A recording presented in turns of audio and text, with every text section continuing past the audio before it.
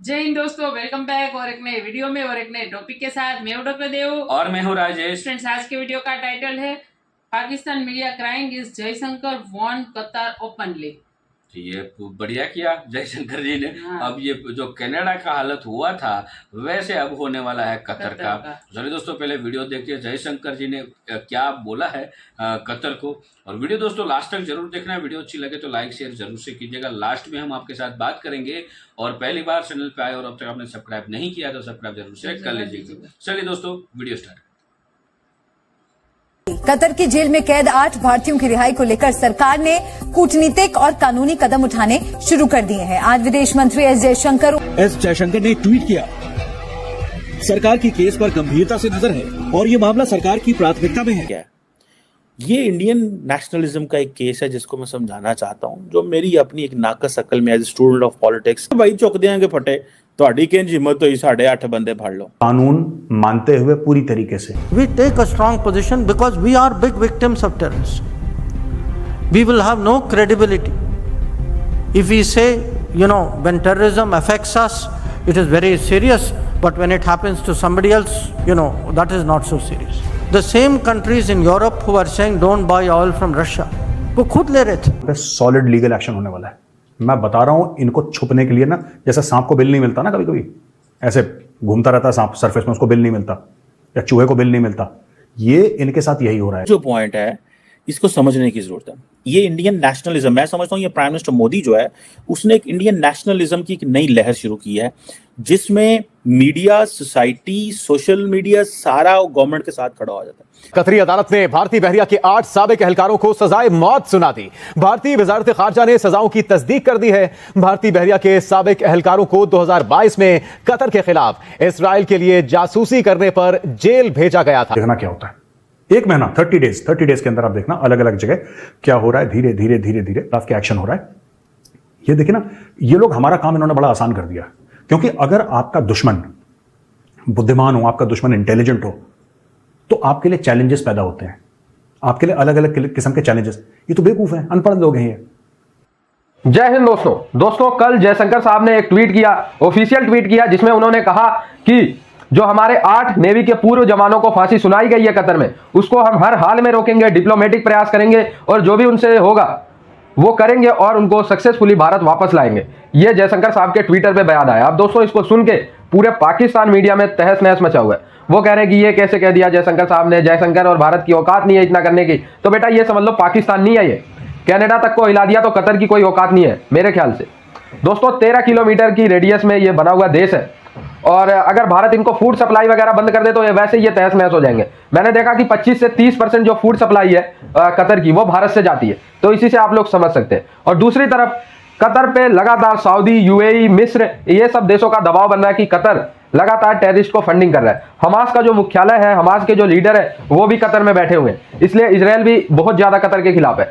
तो अगर डिप्लोमेटिकली जयशंकर साहब दबाव बना के ले आते हैं तो इसमें कोई बहुत बड़ी बात नहीं है। आराम। That is not in the case of Pakistan. मैं आपको सच्ची बात बताऊं, हमारे यहाँ पाकिस्तानी नेशनलिज्म की जो डेफिनेशन है वो कंप्लीटली डिफरेंट है।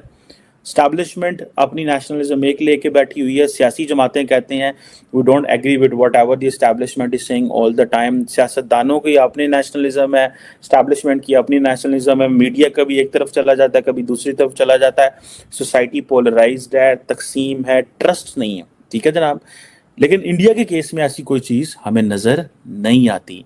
अब यहाँ पे आप देखें कि कतर के हवाले से आज मैं देख रहा था कि डॉक्टर जयशंकर जो कहा है, उन्होंने एक ट्वीट की, उन्होंने कहा जी कि मैं 8 इंडियन डिटेनीज, नेवी ऑफिसर का नाम नहीं लिया, डिटेनीज कतर में, ठीक है जी।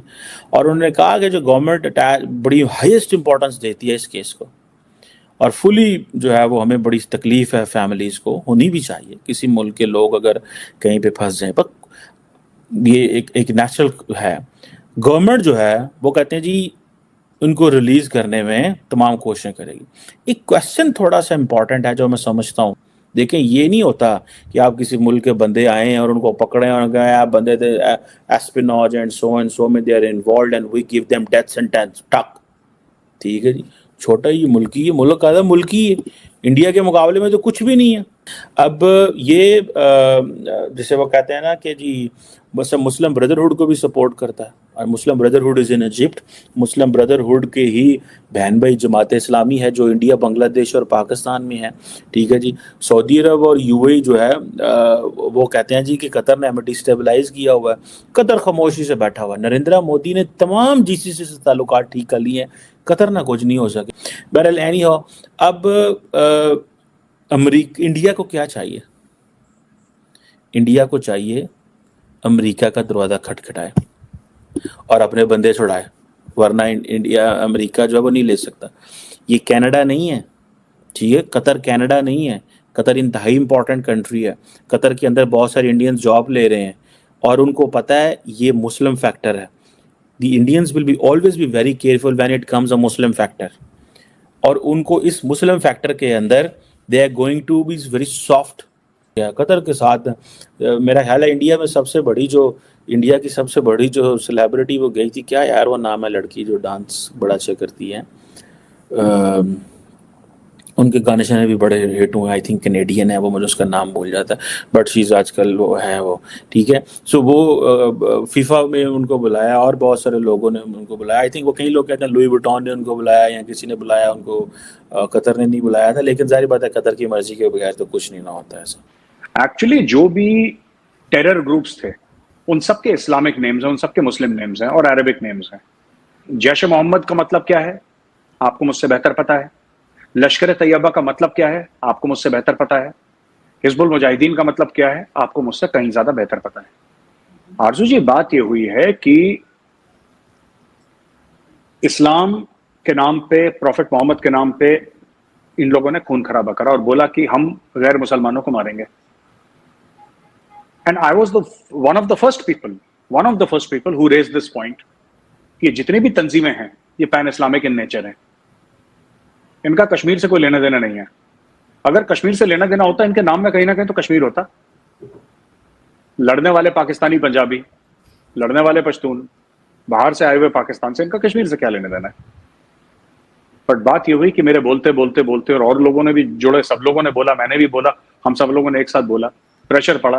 पाकिस्तान ने एक सेक्युलर टेररिस्ट आउटफिट क्रिएट कर दी, द रेसिस्टेंस फ्रंट। अब इसमें कहीं इस्लाम का नाम नहीं है, इसमें कहीं मोहम्मद साहब का नाम नहीं है, इसमें कहीं अल्लाह टाइगर्स नहीं है, इसमें कहीं अल फरहान नहीं है, ये अरबिक नाम नहीं है, अंग्रेज, ये लश्कर। और इसके आपके पास प्रूफ्स भी हैं जो आप बात कर रहे हैं, क्योंकि ये तो एक तरह की आप समझें कि पाकिस्तान के ऊपर इल्जाम लगाया जा रहा है कि पाकिस्तान ने ये किया है।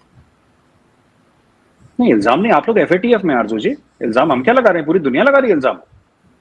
भाई आप लोग फाइनेंशियल एक्शन टास्क फोर्स में मनी लॉन्ड्रिंग और टेररिस्ट एक्टिविटीज को फंड करने के लिए पूरा मुल्क कितने साल से एफएटीएफ की ग्रे लिस्ट में है। इसमें गौरव आर्या ने कौन सी साजिश कर दी? नहीं, आप कह रहे हैं, सही कह रहे हैं, हम वाकई में एफएटीएफ में है, लेकिन अब तो यही कहा जा रहा है कि सब कुछ बंद किया जा रहा है और इन लोगों को पकड़ा जा रहा है जो लोग हैं इन्वॉल्व, क्योंकि जाहिर एफएटीएफ से बाहर निकलना है। तो एक नया एक काम क्यों करेंगे? नहीं, मैं आपको बताता हूँ, बात नए काम की नहीं है, पुराने काम इतनी जल्दी नहीं रुकते आरजू जी। आपने जो जिहाद 30-40 साल से चलाया है, इतने हजारों लोग मर गए हैं, पूरी एक सोसाइटी को। पाकिस्तान एक जमाने में एक नॉर्मल कंट्री हुआ करता था अयूब खान के टाइम पे। जियाउल हक ने इस पूरी कौम को रेडिकलाइज कर दिया। 1979 से रेडिकलाइजेशन ऑफ पाकिस्तान शुरू हो गया, या उसके भी पहले। जब पाकिस्तान का रेडिकलाइजेशन शुरू हो गया, जब आप लोग ऑर्डिनेंस 20 लाए जिसमें आपने बोला कि जो अहमदिया हैं वो नॉन मुस्लिम है, राइट? जब आपने तंजीमें खड़ी करी अफगानिस्तान में जिहाद करने के लिए अंडर ऑपरेशन टोपैक, जब जो रेफ्यूजीज आए, जो अफगान रेफ्यूजी आए, उनके साथ ये तंजीमें मिली और उनको कश्मीर में डाला, तो आपको लड़ाई लड़ने के लिए आपको आरजू जी वो चाहिए था, आपको सिपाही चाहिए था लड़ाई। ये सिपाही यहीं से तो आए हैं, ये सिपाही जो पेशावर के रेफ्यूजी कैंप्स थे वहां से तो आए हैं सिपाही, ये जिन्होंने अफगान जिहाद में लड़ाई लड़ी थी उन्हीं को तो कश्मीर में डाला है। फिर ये पंजाब की तंजीमें शुरू हो गई, ये जैश मोहम्मद तो बहावलपुर की है आपके। थैंक यू दोस्तों, वीडियो को यहाँ तक देखने के लिए। और टॉपिक कहाँ था, कहाँ ले गए टॉपिक को, लेकिन जिस हिसाब से बात चल रही है, ये अभी ये तुर्की का मामला चल रहा है। ये जो कमर सीमा बोल रहे हैं ना कि ये इन लोगों को अमेरिका की हेल्प चाहिए होगी वगैरह, तो भाई भारत की फॉरेन पॉलिसी ऐसी है जिसमें अब हेल्प लेने की बहुत ज़रूरत नहीं पड़ती है। लेकिन हाँ, हमारे नागरिकों के लिए हमें किसी की भी हेल्प चाहिए तो हम हमारे नागरिकों को बचा के रहेंगे, ठीक है, ये पाकिस्तान नहीं है। और ये बोलते थे कि ये कनाडा नहीं है, ये मुस्लिम देश है। अरे यहाँ कोई पर, भी देश हो, कोई हाँ। फर्क नहीं पड़ता भारत को, और पहले भी फर्क नहीं पड़ता था। भारत के पहले से ही फॉरेन पॉलिसी अलग सब देशों से रही है, और भारत अपने नागरिकों को बचाने के लिए वो कुछ भी कर सकता है। ठीक है, ये पहली बात। मैं कुछ भी करने की मतलब ये नहीं किसी के आप जैसे बोलते हो गला काट देना, ये वाली बात हम नहीं कर रहे। हमें किसी की भी हेल्प चाहिए, इसको बचाने वो तिनके का सहारा भी लोग बोलते हैं ना, तो हम उसका भी सहारा ले लेंगे, लेकिन हम हमारे नागरिकों को कुछ नहीं होने देंगे। ये और जो कतर ने जो किया है उसको कानूनी तौर पे जो भी स्टेप गवर्नमेंट को लेना पड़ेगा वो लेंगे, और वो एज पर कानूनी होंगे। हमारे जयशंकर जी ने भी पाकिस्तान की तरह नहीं जिहाद करने के लिए भेज दो, बॉर्डर के उस पार भेज दो, ये नहीं है भारत भाई। भारत प्रॉपर वे से चलेगा, और जितनी मेहनत करनी पड़ेगी उतनी मेहनत भारत करेगा। और जयशंकर जी ने उसके ट्वीट में वही भी कहा है कि अब ये गवर्नमेंट का फर्स्ट प्रायोरिटी रहेगा। तो मतलब ये जो वाला केस है, अब गवर्नमेंट का पूरा फोकस उस पर रहेगा, और ज्यादा टाइम भी नहीं लगेगा इसमें। आप खुद आपके जो और आप जो बोलते हो ना, उस शब्द पे टिके रहना, और जब रिजल्ट आ जाए फिर भी वही टिके, वहां पे ही टिके रहना, फिर बोलना, क्योंकि आप हर बार चेंज हो जाते। हाँ, ये तो हमें मालूम ही था, भारत का मतलब अभी भारत कुछ भी कर सकता है वगैरह, सब में उसका वो है ऐसा सब। तो खास करके दोस्तों इसके लिए सपोर्ट कतर के लिए, कतर में जो भी हो रहा है, मतलब जो हमारे 8 navy officer, x navy officer जो थे, जिनको मतलब 2022 में गिरफ्तार किए गए थे, और इस टाइम उसको सजाए फांसी की दी गई है। तो उसके लिए दोस्तों सब लोग भारत की ओर से हेल्प करो यार, आप सरकार को भी, और हेल्प करेंगे तो 100% कुछ ना कुछ रिजल्ट आएगा, और 110% उसका रिजल्ट आएगा, और ये सजाएं रुकेगी। इतना तो मेरे को अभी इस बार जो है श्योर हूँ मैं, इस बार ये भी रुक जाएगा। और कतर तो क्या भाई, इतना बड़ा देश नहीं है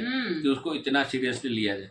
उसको मतलब छोटे मोटे मतलब, और दूसरी बात जब कूटनीतिक तौर पे आ जाएगा ना भारत, तो कतर को सामने से बोलना पड़ेगा कि भाई हम गलती हो गई, हमें ध्यान नहीं रहा, ये वगैरह वगैरह।